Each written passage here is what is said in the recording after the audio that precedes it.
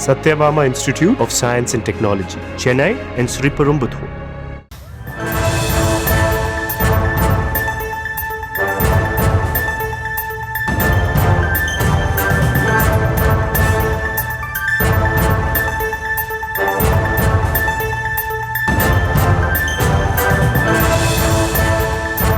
அண்மைச் செய்தியை பார்த்துக் கொண்டிருக்கிறோம். சென்னை எழும்பூர் ரயில் நிலைய அலுவலகத்தில் தீ விபத்து ஏற்பட்டிருக்கிறது. சம்பவ இடத்தில் தீயணைப்புத் துறையினர் தீயை அணைத்து வருகின்றனர். அது தொடர்பான காட்சிகளையும் பார்த்துக் கொண்டிருக்கிறோம். முழு விவரங்களை வழங்குவதற்காக செய்தியாளர் அஜய் இணைப்பில் இருக்கிறார். அஜய் வணக்கம். இந்த தீ விபத்துக்கான காரணம் என்ன?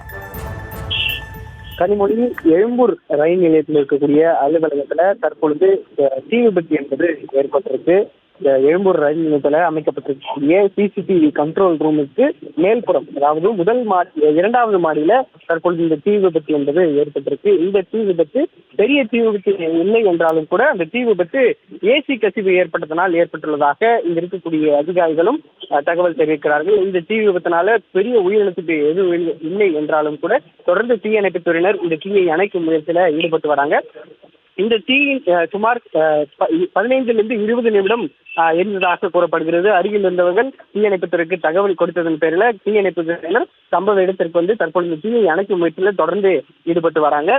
குறிப்பா இந்த சிறிய தீ விபத்தின் காரணமாக தற்பொழுது இந்த பகுதியில் ஒரு பரபரப்பான சூழல் என்பது காணப்பட்டு வருகிறது. Satyabama Institute of Science and Technology, Chennai and Sriperumbudur.